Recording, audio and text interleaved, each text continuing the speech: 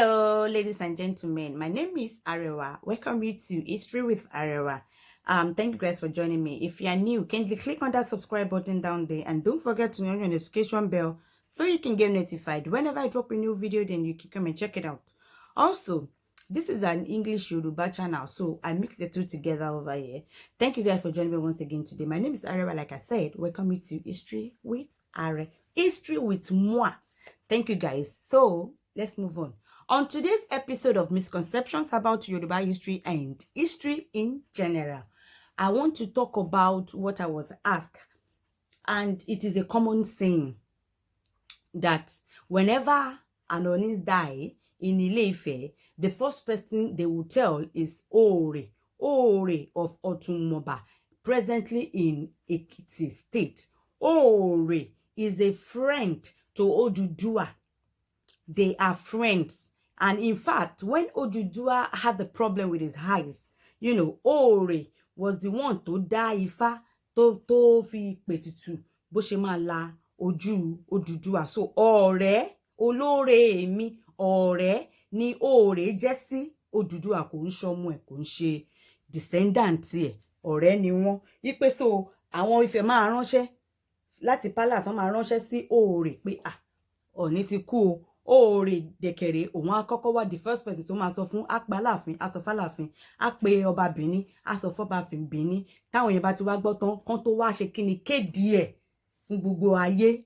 Now, it is a common saying táwọn èèyàn máa ń sọ. Mo wá ní ẹ jẹ́ ká jọ fi làákàyè. Let's reason it together. Now, we all know that, accepted that Ore is Oduduwa's friend. Accepted. Now, they say when an Oni died in Ife. Now, did it start from Oduduwa himself? I have a reason for saying that. We all know that Oromiyo, that founded Oyo, Aláàfin, that founded Oyo, that is Aláàfin Àkọ́kọ́ Oromiyo. Oduduwa wasn't alive when he was born. Oromiyo never met Oduduwa face to face like this. He was not. Oromiyo is a grandson to Oduduwa. And then, apart from being a grandson, he is the last born of Ogun, that is Okombi. So, Oduduwa wasn't alive when Oromiyo was born.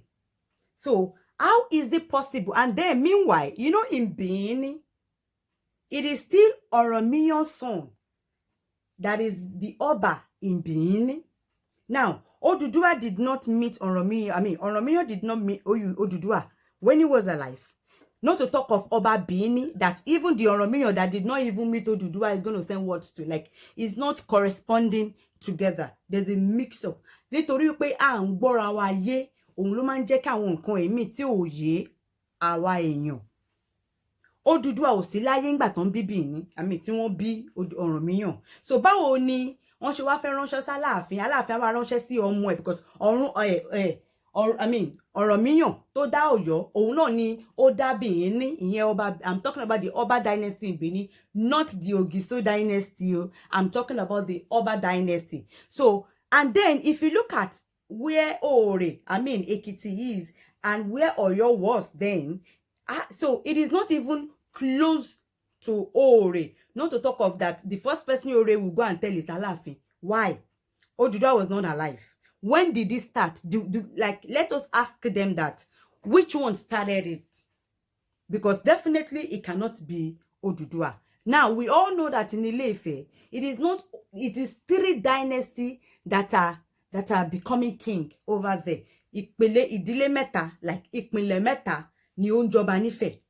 Now, ṣé ìgbà tí àwọn tó bá wá láti ìlà Ugbo, àbáwọn ká sọ pé kẹ̀ká ṣe example pé tó bá wá jẹ́ pé bóyá ẹni tó wá láti ìlà Ọbàtálá, òun ni ọba ní ọ̀hún ní ìgbà náà. Ṣé tóun náà bá gbẹ́sẹ̀, ṣé Ore náà ni wọ́n máa lọ sọ fún? So Ore yẹn náà á tún wá ṣe kíni, á tún wá pe Aláàfin, á pọba Benin.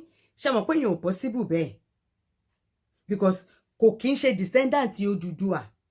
No, so ìgbà tó bá sọ pé tó bá ti kú lọ́yọ̀ọ́ ní Ifẹ̀ o, ó máa kọ́kọ́ lọ sọ f'Aláàfin o. Ó ní it is only the descendant of Odudua, and it did not start from Odudua himself. It did not start from Odudua. It started from Oromiyan, not Odudua. That is where it started from. Now, that is the mix-up. That's the misconception about it.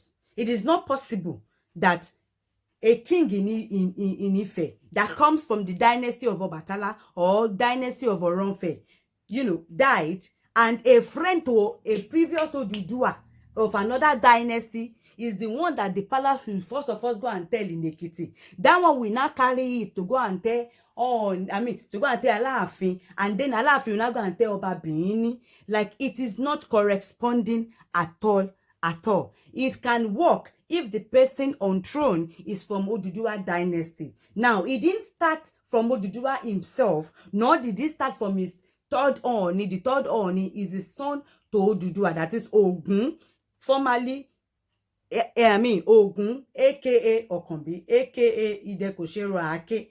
Idekosero Ake is the one that gave birth. That is Ogun is the one that gave. Ogun is where who we all call Okombi up and down. Ogun ni orúkọ ẹ̀, not Okombi. His name is Ogun, and he is the third Ooni of Ife. So it is during the period of Oromiyan that started. And it is not all the king. Kò ṣe gbogbo ọba tó bá kú ní Ifẹ̀ ni wọ́n kọ́kọ́ fẹ́ lọ sọ fún Oòrè. Ọba tó bá ti kú nífẹ̀, tó bá ti jẹ́ pé ìlà tó Odùduwà ni ọba náà ti wá, òun ni wọ́n máa lọ sọ fún Oòrè. But tí ó bá kí ń ṣe àti ìlà Odùduwà lọ́ba náà ti wá, wọn ò lè lọ sọ fún Oòrè. Àti wípé nǹkan tá à ń sọ yìí náà kò bẹ̀rẹ̀ láti Odùduwà, kò bẹ̀rẹ̀ láti Ògún, kò dẹ̀ àtorí Ọ̀rànmíyàn ló ti bẹ̀rẹ̀. So, thank you guys. Comment below. Let me see what you're going to say about this. Let's relate together. Thanks.